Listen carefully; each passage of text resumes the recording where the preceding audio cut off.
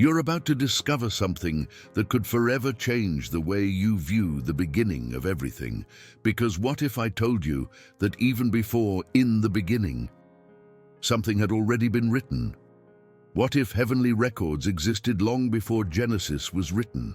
According to forgotten traditions, there were sacred scrolls written not by human hands that were kept in Eden itself.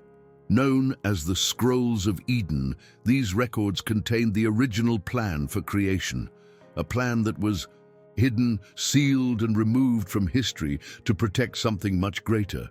But why hide something so powerful? And who would have written these mysterious scrolls? Some ancient texts mention that before man was formed from the dust, there was sacred knowledge given directly by God to a special being. Others claim that it was Adam himself who, upon awakening to existence, recorded everything he saw: the heavens, the thrones, the beings of light, and the words that echoed before visible creation.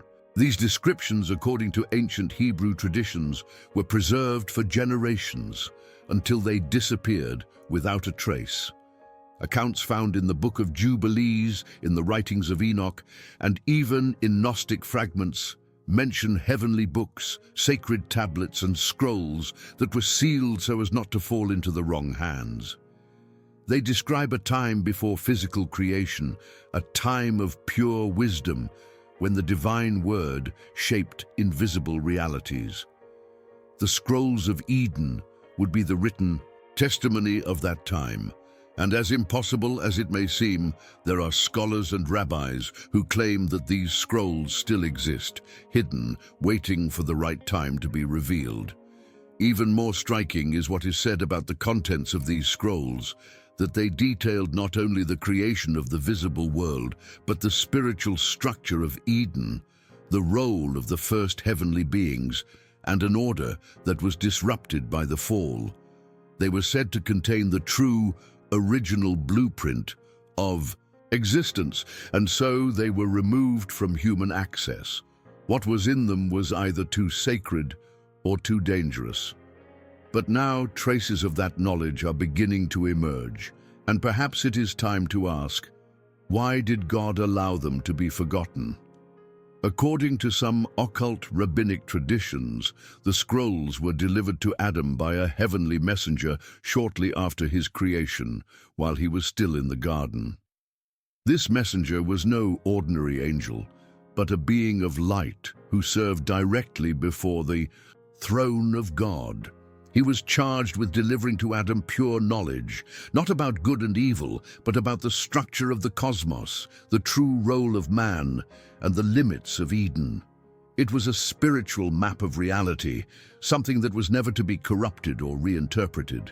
There are also lesser-known accounts of Seth, the third son of Adam and Eve, who was said to have received these scrolls and kept them safe in a sacred cave. This tradition is found in ancient Ethiopian texts, which claim that Seth was the keeper of primordial wisdom, and that the scrolls he inherited contained revelations that not even angels were allowed to read. These documents were sealed with a symbol of fire, and only those with a divine calling could understand them. What makes this all the more fascinating is that some scholars point to passages in the Torah and Talmud that mention writings that preceded Genesis. They speak of books that were hidden from the eyes of the wise and that would only be revealed in the end times.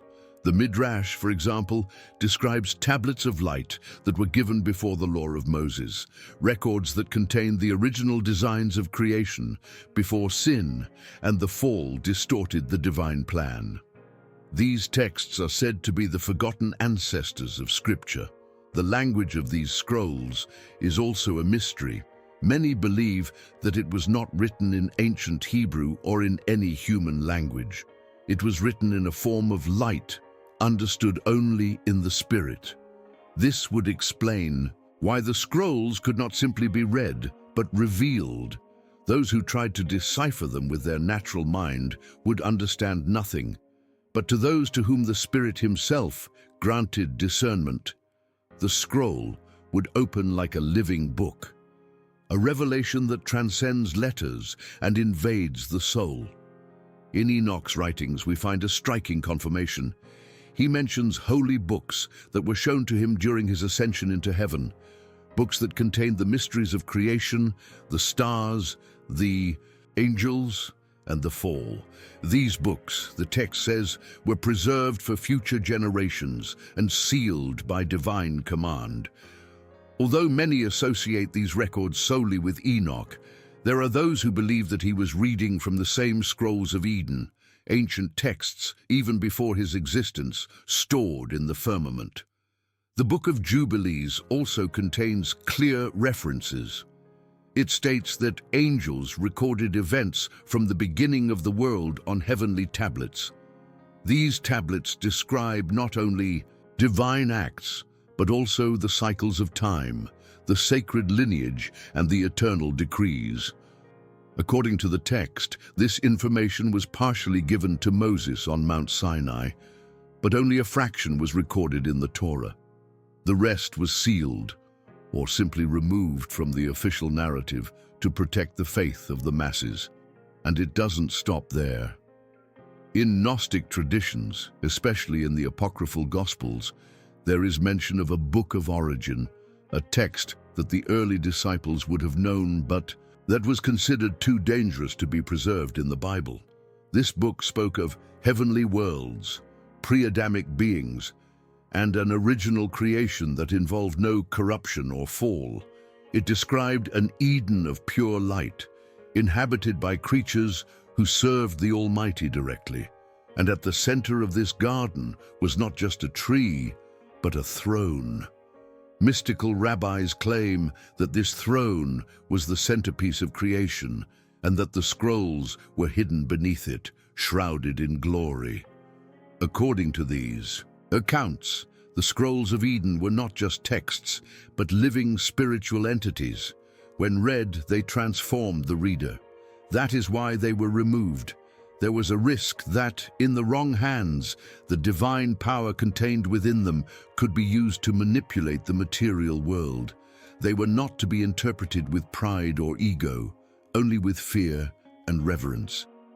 There is an ancient Jewish legend that tells of a group of men who tried to decipher the scrolls of Eden by force. They used magic, formulas, sacrifices, and even sacred names in an attempt to open what was spiritually sealed. But the result was catastrophic. It is said that these men were overcome by madness, saw dimensions they did not understand, and lost their sense of reality. From then on, access to the scrolls was forbidden, and the texts came to be considered too dangerous for the natural world. Over time, spiritual leaders decided to erase all direct mention of the scrolls of Eden. Part of this was motivated by fear. The contents of the scrolls challenged not only human doctrines, but the entire established power structure. There were truths there that could set people free, but also profoundly shake the way people understood God, sin, and redemption. So they chose to rewrite history, starting at the beginning in Genesis 1:1, and leaving what came before in oblivion. But the traces never completely disappeared. In numerical codes in the Torah, in the margins of ancient manuscripts, in fragments buried in the desert, clues emerge. They are echoes of an older, purer knowledge that insists on being rediscovered. Some contemporary scholars believe that the scrolls of Eden never ceased to exist, but were transferred to a spiritual dimension, awaiting the right generation, a generation that would seek not power, but truth. And if this is true, the question that remains is, why now? Why have so many revelations been coming to light at this time? Could it be that the scrolls are about to be opened again? And even more so, could their contents already be beginning to manifest in dreams, revelations, and spiritual signs? Many believe so, that the scrolls will not return as scrolls of paper, but as living, spirit-breathed words, awakening hearts to a calling forgotten since Eden. The few passages attributed to the scrolls of Eden describe a reality that predates matter.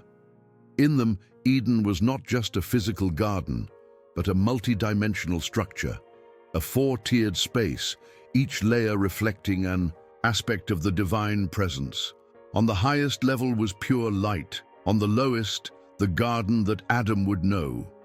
These scrolls described in detail how man was positioned between these dimensions, with authority to access them all, until the fall trapped him on the lowest level. Another part of the scrolls tells of the creation of the angels. According to the text, before there was earth, water, or firmament, the Most High pronounced the names of 7 beings of light. Each name contained a function, a sound, and a destiny. These angels were the first witnesses of divine glory and also the first to record what they saw. It was they who wrote the first scrolls, not with ink, but with spiritual essence. They were the scribes from on high, the first messengers of the plan. These same scrolls also revealed man's true role. Adam was created not merely to cultivate the garden, but to restore a cosmic order that had been disturbed before his creation. The scrolls of Eden speak of a rebellion in the heavens that occurred in earlier ages, a disruption that defiled the spiritual thrones. Man, made in the image of the Creator, was to be the agent of reconciliation between the worlds. That is why he was placed in Eden, not as an ordinary gardener, but as a priest with an eternal mission. This mission, however, was known to few. Upon receiving the scrolls, Adam was instructed to keep them a secret until the appointed time. He knew that if he revealed them before the time, spiritual corruption would try to destroy this plan. The scrolls were then sealed with the sacred name, the same name that would only be revealed at the end of time. From that moment on, the history of humanity began to move forward without remembering its complete beginning.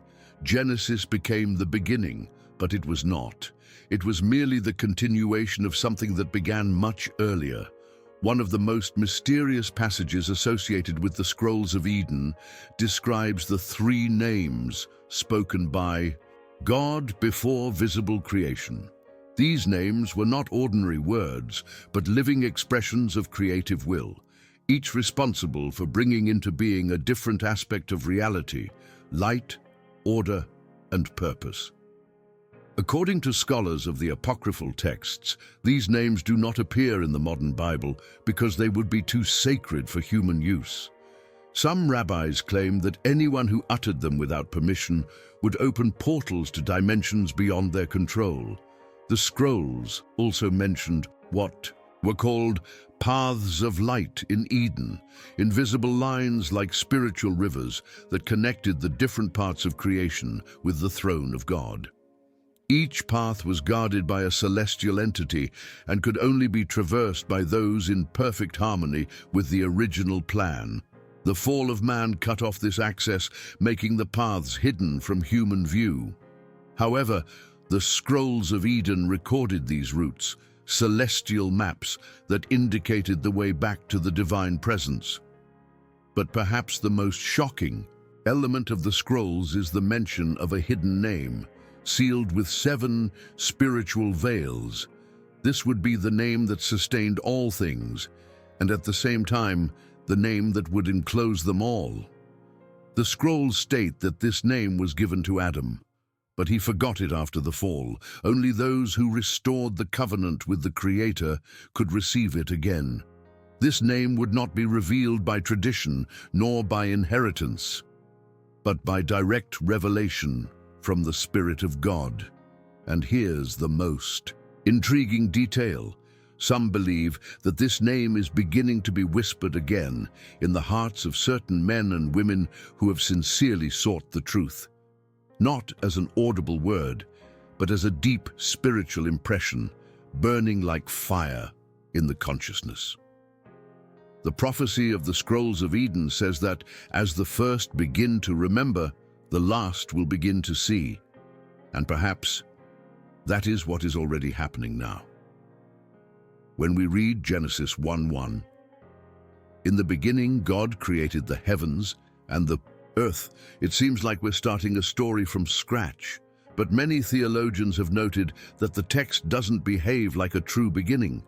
It doesn't explain who God is, why He created, or what existed before. It simply begins. And then, in verse 2, there's something even more curious. The earth was formless and empty. How can something be formless before it was created? This suggests that something was already there, something that predates the biblical narrative itself. The Scrolls of Eden would give meaning to this mystery. They explain that visible creation came after a series of spiritual events, many of which involved celestial beings, rebellions, and divine decrees. The formless earth would, in fact, be a reflection of the disruption that occurred in the celestial planes. The scrolls speak of an attempt at creation that was interrupted, a structure that fell into disarray even before man came into being. Thus, the beginning of Genesis would be merely the restart of something that had already failed. And most strikingly, the scrolls point out that the Spirit of God hovered over the waters because there was the spiritual memory of what had been destroyed. These waters, according to the scrolls, contained the fragments of the previous creation, a spiritual world that had been undone to make way for a new plane. As God hovered over them, He was contemplating not just the chaos, but what had been lost. A judgment had occurred. A fall had already happened. And what would come next would be different. That is why so many ancient scholars warned, Genesis does not begin with creation, but with reparation. And if this is true, the Scrolls of Eden would not be a curious addition to the Bible, but the key to understanding what the Bible has left out. They would explain what was before the light, before the parting of the waters, before time itself. They would reveal the truth that was hidden between the verses. And that is only now beginning to be remembered. The concealment of the Scrolls of Eden was not just an accident of history, it was intentional. Over the centuries, religious leaders, scribes, and spiritual authorities came across fragments of these scrolls, and many decided that their contents were too dangerous to share. Some feared that revealing the existence of previous worlds would cause the people to lose faith in the traditional narrative. Others knew that the truths contained in these scrolls would challenge religious control and open the people's eyes to a direct living relationship with the Creator. Mystical writings such as the Zohar and the Qumran manuscripts allude to texts that should not be given to the impure and that only the children of light could understand. These texts probably referred to the Scrolls of Eden, or at least parts of them. The language used in the sacred documents about these scrolls is always veiled, enigmatic, as if the authors knew they were dealing with something sacred and dangerous. It was necessary to preserve and at the same time hide. The early church also had its conflicts with these texts. Some early century fathers mentioned books that were rejected in councils, not because they were false, but because they were too mysterious. One of them said, "There are books that enlighten and there are books that burn. The latter must be kept for the time of judgment." This phrase has always been associated with apocalyptic books, but there are scholars who claim that it referred precisely to the Scrolls of Eden, not because they were heretical, but because they revealed too much and too soon. Yet there are records of men and women who have glimpsed these texts in visions and revelations. Jewish mystics, desert Christians, Orthodox monks, and even 19th century pastors have all reported dreams in which they saw heavenly scrolls being delivered by angels, filled with light, incomprehensible symbols, and words that spoke to the spirit. They all said the same thing, that these scrolls explained God's true plan, a plan that had existed before time, hidden by mercy, and would one day be revealed. According to ancient writings attributed to Seth and Enoch, the Scrolls of Eden would be reopened at the time of the restoration of all things. This time would be marked by 3 signs: an increase in spiritual hunger on earth, the multiplication of false teachings, and the quiet awakening of hearts that would cry out for something they had never read but felt existed. These scrolls would not return in physical form, the texts say, but would be breathed anew into the spirits of those who truly seek truth above religion. Interestingly, Revelation also mentions a book sealed with 7 seals that no one could open, except the Lamb. Many believe this book is symbolic, but others suggest that it represents the pure, original knowledge that was hidden in Eden. When the last seal is broken, the entire hidden plan will be revealed, and on that day, those who have listened and heeded the Spirit's whisperings will recognize what is being revealed, for what the scrolls described already burns in their hearts. And perhaps, as you listen to this message now, you realize that something inside you has always known this. You have always felt that there was more to it than the official story told, that Genesis was not the beginning, but a continuation, that God wrote before, and that those writings are beginning to come back. The scrolls of Eden were not lost. They were just waiting for someone to want to see them with the eyes of the Spirit. And if this truth burns in your heart, leave your like, subscribe to the channel, and activate the bell. And now we have a members area. By becoming a member, you bless this work and help us continue producing edifying and revealing content like this. Just click on the Become a Member button below, next to the Subscribe button. Be a part of this.